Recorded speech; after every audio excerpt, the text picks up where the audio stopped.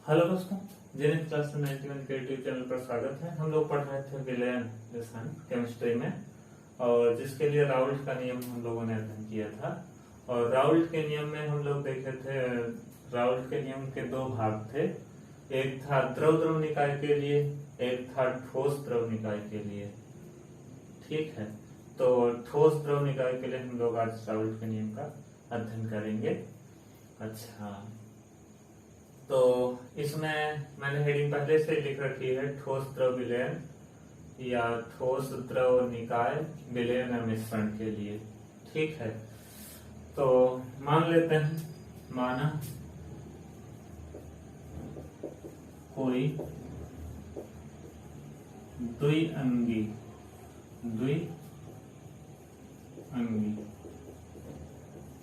मिश्रण कह दो या विलयन कह दो, वाष्पशील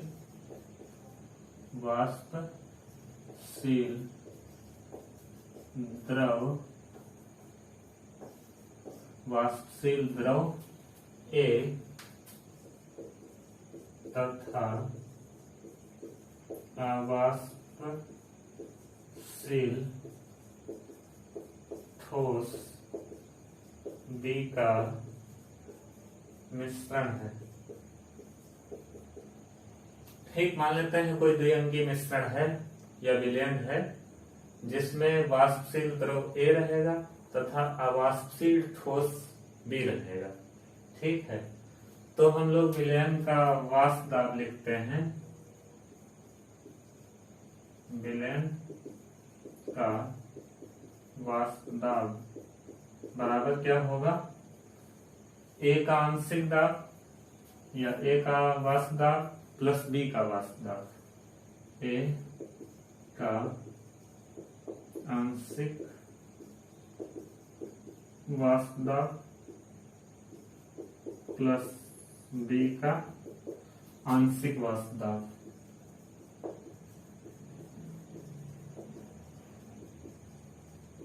ठीक है, ये बी का आंशिक वाष्प दाब लिखा गया है। तो हम लोग वाष्प दाब को पी से रिप्रेजेंट करते हैं और ए के आंशिक वाष्प दाब को पी ए 0 और एक्स ए वाला ठोस है ना, plus P B 0 X B. अच्छा, जहां पर हम लोग क्या कहते हैं, जहां P A 0 comma P B 0 क्या है, द्रव तथा ठोस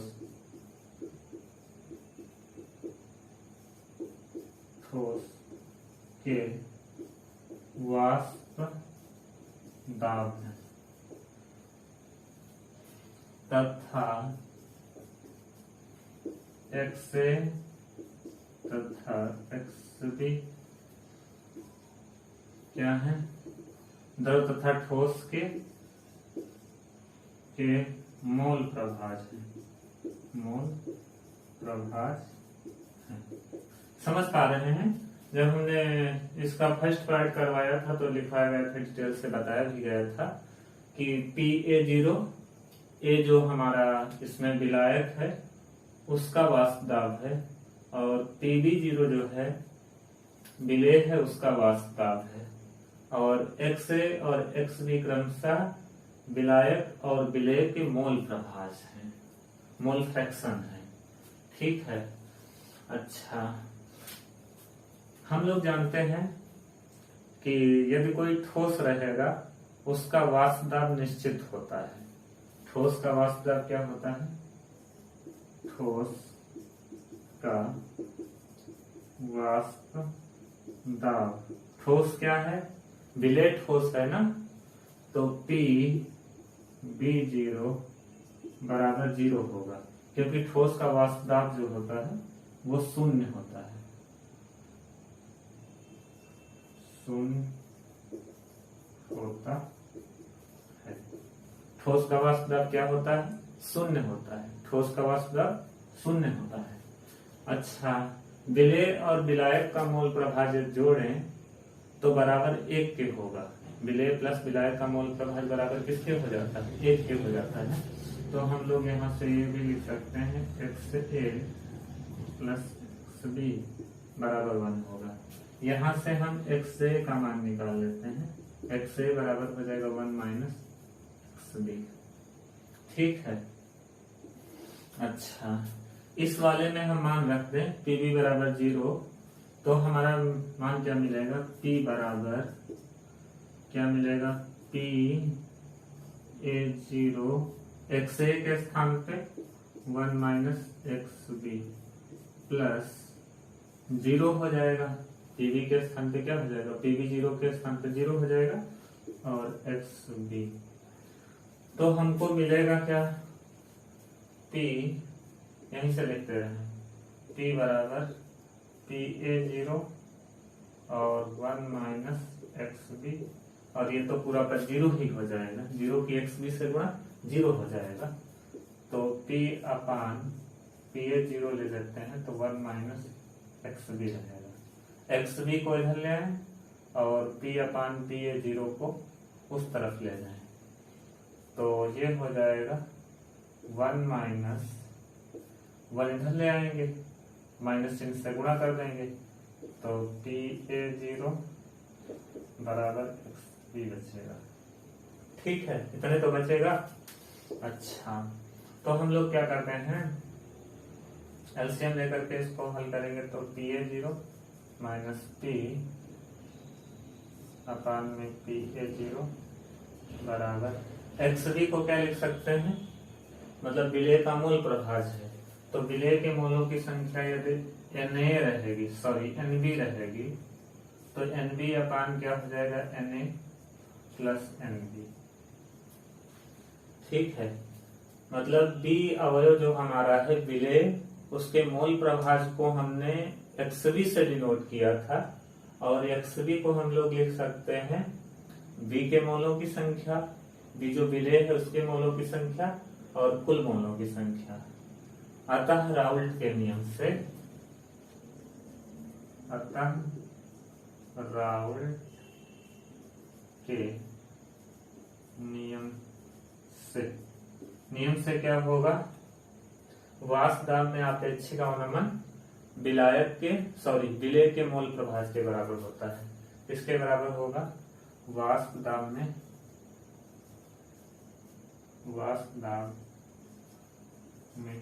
ये वास्तव में क्या है? आपेक्षिक अवनमन है ना, पीछे पढ़ चुके हैं हम लोग आपेक्षिक अवनमन की परिभाषा। तो वाष्प दाब में आपेक्षिक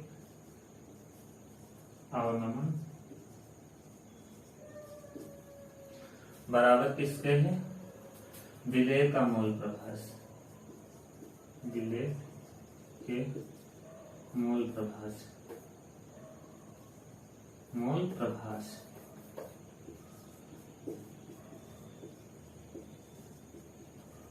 ठीक है। अच्छा, इस चीज को हम लोग क्या लिख सकते हैं? यदि A को हटा दें तो P0 अपान P0 ऊपर ले लेंगे, और P0 बराबर NB अपान Na प्लस NB। इसको अलग अलग कर लें तो P0 अपान P0 माइनस P अपान P0 बराबर NB अपान Na प्लस NB। ये भी तो लिख सकते हैं। PA को हमने P0 में ट्रांसफर कर दिया, तो ये लिखा जा सकता है। अच्छा, ये तो 1 हो जाएगा, 1 माइनस P अपान P0 बराबर ये NB अपान में Na प्लस NB रहेगा। ये हो जाएगा ना। अच्छा, 1 को इधर ले जाए तो P माइनस से गुणा करके हम ले जा रहे हैं, तो P अपान P0 बराबर 1 माइनस NB अपान Na प्लस NB रहेगा। 1 के नीचे 1 मान करके एलसीएम लेकर के इसको हल करते हैं, तो क्या मिलेगा? देखते हैं क्या मिलेगा।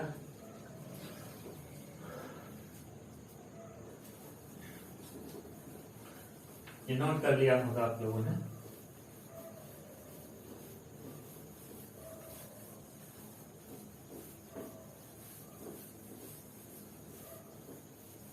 अच्छा, तो एलसीएम लेते हैं तो क्या मिलेगा, P अपान P0 बराबर, इसमें 1 से गुणा करेंगे तो Na plus Nb minus Nb अपान Na प्लस Nb, तो Nb से Nb कट जाएगा, तो P बराबर, P को इधर गुणा में पहुंचा, P0 को पहुंचा देते हैं, P0 Na अपान Na प्लस Nb। अच्छा, P0 द्रव का वाष्प दाब है, द्रव का क्या है, वाष्प दाब, तो स्थिर ताप पर जो है द्रव का वाष्प दाब भी निश्चित होता है। यहाँ पर लिख देंगे स्थिर ताप पर द्रव का क्या होता है, वाष्प दाब निश्चित होता है, निश्चित होता है। अरे भैया जो है स्थिर जब ताप रहेगा तो द्रव का वाष्प दाब निश्चित हो जाता है, तो P, ये P0 को हम लोग ऐसे कहते हैं, P0 बराबर नियतांक कहते हैं, कांस्टेंट, ठीक है। तो नियतांक को यदि हटाएंगे तो यहाँ पे अनुक्रमानुपाती का चिन्ह लग जाएगा, P अनुक्रमानुपाती Na प्लस Nb। आप लोगों ने सुना होगा कि बराबर के आगे नियतांक है और नियतांक को हटाते हैं तो बराबर का चिन्ह अनुक्रमानुपाती में बदल जाता है, डायरेक्टली प्रोपोर्शनल, ठीक है। तो यहाँ पर क्या देखा जा रहा है, P अर्थात वाष्प दाब जो है, ठीक है, वो किसके अनुक्रमानुपाती है, विलायक के मोल प्रभाज के। किसके अनुक्रमानुपाती है, विलायक के मोल प्रभाज के।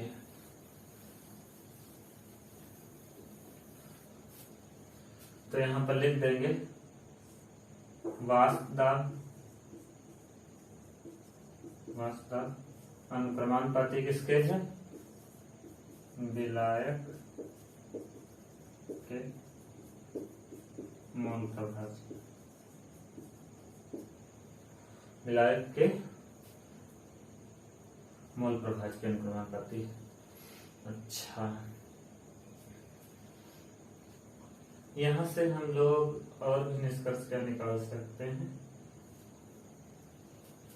कहां से, यहां से, यदि हमारा जो विलयन है वो तन हो, क्या हो, तन हो, तो हम लोग क्या लिख सकते हैं, यहां पर देखते हैं,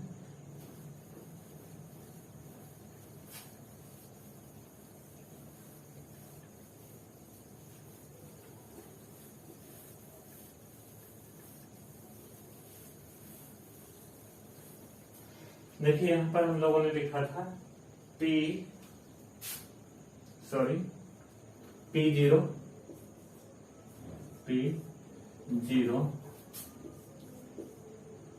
माइनस P अपान P0 बराबर NB अपान Na प्लस NB।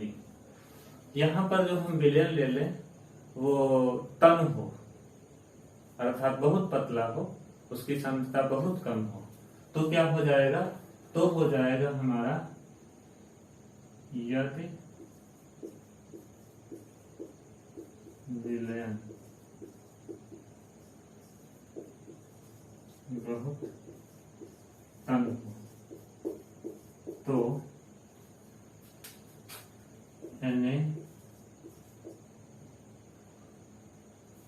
अर्थात यहाँ पे कहते हैं विलेय के मोलों की संख्या, विलेय के मोलों की संख्या बहुत कम होगी, अर्थात Na की अपेक्षा Nb बहुत ही कम होगा, अर्थात नगण्य होगा। तो हम लोग ये लिख सकते हैं Na प्लस Nb बराबर Na, ठीक है, मतलब NB का मान बहुत ही कम है, तो Na में यदि NB जुड़ेगा तो बहुत कम जुड़ेगा, अर्थात ये Na बहुत बड़ा है, बहुत बड़े में बहुत कम जुड़ेगा, तो बहुत कम जुड़ेगा तो उससे कोई प्रभाव नहीं पड़ेगा, अर्थात Na प्लस NB बराबर Na के ही हो जाएगा। अच्छा, तो यहाँ पर हम लोग लिखेंगे PA0 माइनस P अपान P0 बराबर NB अपान NA, ठीक है। अच्छा, हम लोग यदि मोलों की संख्या को रिप्रेजेंट करना चाहें तो मोलों की संख्या निकाल करके हम मोलों की संख्या बराबर होता है ग्राम्य मात्रा बटे अणुभार। मोलों की संख्या को काहे में लिखते हैं? ग्राम्य मात्रा पदार्थ की बटे अणुभार।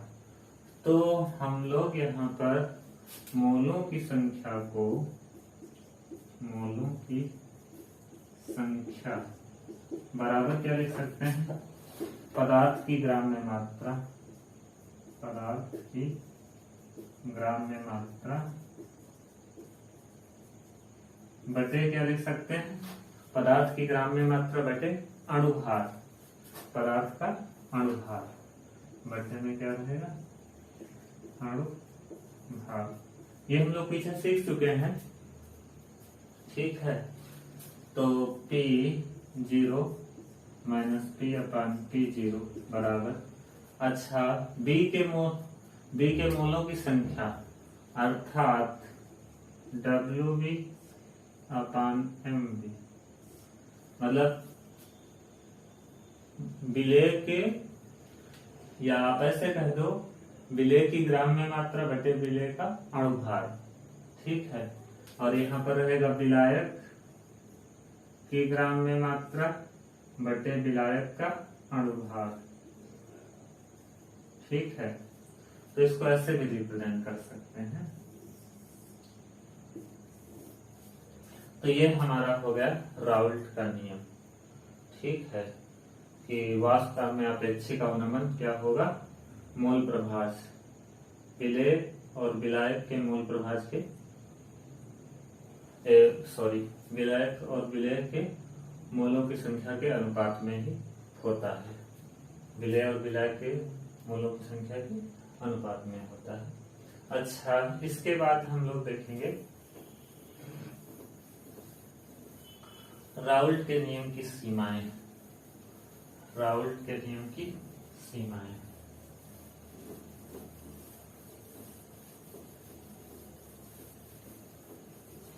राउल्ट के नियम की सीमाएं।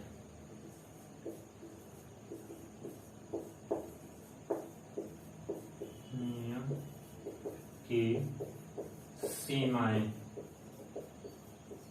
राउल्ट के नियम की सीमाएं।